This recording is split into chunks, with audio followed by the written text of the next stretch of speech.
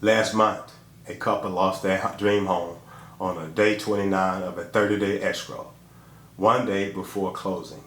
They did everything right except one thing, and that one mistake cost them their house and $5,000 they never get back. If your offer just got accepted, congratulations. But here's the truth. Nobody tells you. You're not done. You're actually entering the most dangerous part of the home buying process. Between yes and keys in your hands, there are 5 critical steps where most deals fall apart. Today, I'm walking you through all 5, the timeline you're working with, and the specific mistakes that kills the deal. And stick around to the end, because I'm going to tell you the one document that 90% of buyers forget to check that could cost you tens of thousands of dollars. Let's make sure you actually make it to closing day. I study real estate transactions constantly. I analyze case studies. I know where deals fall apart and why. I know the patterns that kill transactions and the strategies that get people to closing day. And here's what I learned. The people who make it to closing day aren't just lucky. They're prepared. They know what's coming. They know what to avoid. After today, you're going to have the same advantage. Let me show you exactly what happens after your offer gets accepted. Alright, here's what most people don't realize. From offer acceptance to closing, you typically have 30 to 45 days. That sounds like a lot of time. It's not. Let me show you why. Point number 1, days 1 to 10, the inspection period. First big thing, the inspection period. And here's why. This matters. This is your only legal way out of the deal without losing your deposit. Miss this window and you're locked in. Think of the inspection like test driving a car before you buy it. You wouldn't buy a car without popping the hood, right? Same thing with a house. You've got 7 to 10 days to hire an inspection, a professional inspector who checks everything. And I mean everything. The roof, the foundation, the plumbing, the electrical, the HVAC. They're looking for problems you can't see yourself. Here's what I need you to know. The inspection almost always finds something that's normal. The house doesn't have to be perfect, but if the inspector finds major issues like a cracked foundation or a roof that needs replacing or electrical problems, you have 3 options. Option 1, ask the seller to fix it before closing. Option 2, ask for money off the purchase price. Or option 3, walk away completely and get your deposit back. Let me share a story which happens all the time in real estate. Buyers find a house that looks absolutely perfect. Fresh paint, clean floors, everything seems fine. They think, why pay $500 for an inspection? This place is flawless. So they skip it to save money. They move in. 3 months later, they notice a weird smell in the basement. They open up the wall. Mold everywhere. Hidden behind the fresh paint. The quote to fix it, $30,000. Now, they're stuck with a bill they didn't budget for. And here's the worst part.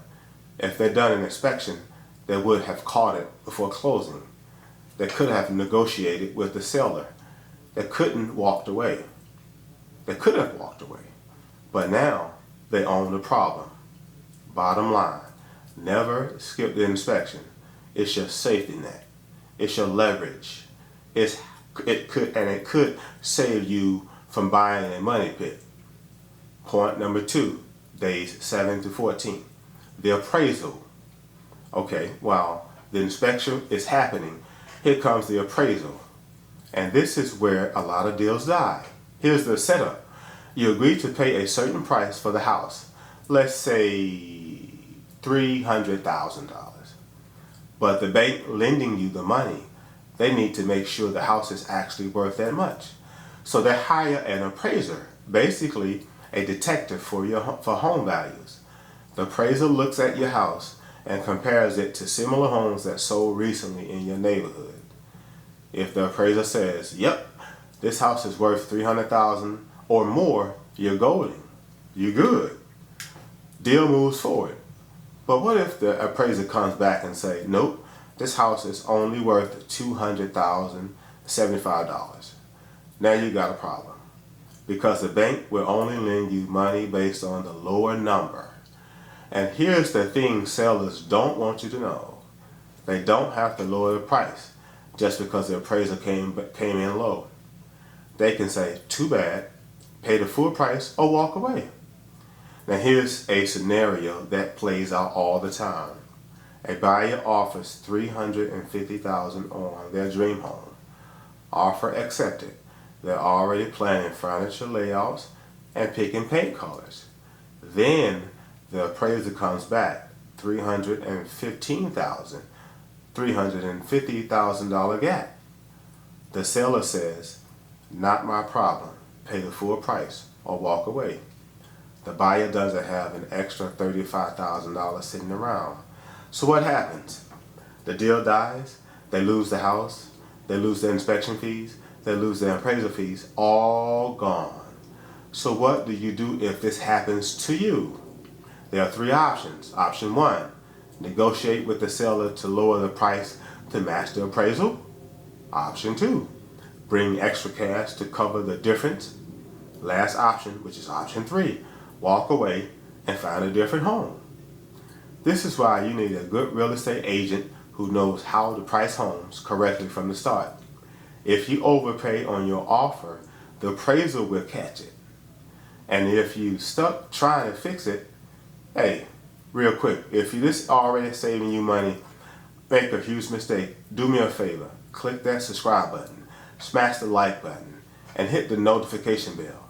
I drop real estate tips like this every single week to help you win. Alright, let's keep going, because the next step is where people feel the most stress. Point number 3. This is days 1 through 30. The mortgage process. While the inspection and the appraisal are happening, you also deepen the mortgage process. And honestly, this is where people panic, because the bank is about to lend you hundreds of thousands of dollars, and they want to make absolutely sure you can pay it back. Your lender is going to ask you for documents, lots of documents, pay stubs from the last 2 months, bank statements, tax returns from the last 2 years, proof of where your down payment money came from, letters explaining a large deposit in your account. They want to see everything. And here's where people mess up. They think, okay, I send them everything, I'm good. Wrong. The bank is watching your accounts the entire time, all the way up to closing day. Here's what kills loans in the final week. Somebody buys a new car, someone opens a new credit card account, get furniture for the house, someone switches jobs, someone makes a big purchase on credit. Any of these things, your loan could get denied, even if you were already approved. Now, here's a situation that happens more than you think. A buyer gets pre-approved for a loan, offer accepted, inspection done, appraisal passed. Everything's on track. 3 days before closing, the buyer decides to finance a new truck, $25,000 loan. They figure, I'm already approved. What's the harm? Here's the harm. The bank runs their credit one more time right before closing. That's standard procedure. They see the new truck loan. Now the buyer's debt to income ratio is too high. Loan denied. Deal dead. The buyer loses the house because they couldn't wait one more week. Here's the rule. From the moment your offer is accepted until the moment you get the keys, do not make any big financial moves. Don't buy a car. Don't open new credit card accounts. Don't switch jobs if you can afford it. Don't make any large purchases on credit. Think of it like this. You're in the final seconds of a basketball game and you're winning. Don't foul. Don't turn the ball over. Just play it safe and run out the clock. Respond to your lender fast. Give them whatever they ask for, and don't touch your finances. Point number 4, days 1 to 30, title and escrow. All right now, we're getting into the behind the scenes stuff most people don't even know is happening. Title and escrow. This is the invisible work that protects you from getting scammed. When you buy a house, you're not getting a building, you're getting ownership, legal ownership. And before the deal can close, someone needs to make sure the seller actually owns the house and has the legal right to sell it to you. That's where the title company comes in. They do something called a title search. It's basically a deep background check on the property. They're looking for problems: unpaid property taxes, liens from contractors who didn't get paid, legal claims from ex-spouses, boundary disputes with neighbors, anything that could cause you problems later. And here's the scary part. Sometimes they find stuff. Here's something that shows up in title searches more often than people realize. And buyer is purchasing a house. Everything looks clean. But the title company does their background check and finds a lien from a contractor who worked on the property 3 years earlier. That contractor never got paid $15,000. The previous owner just never dealt with it. Now here's the problem. If the buyer closes on the house without clearing that lien, guess who's responsible for paying it? Not the seller, the new owner, you. That's how liens work. They're attached to the property, not the person. Thankfully, the title company catches it. They make the seller clear it before closing.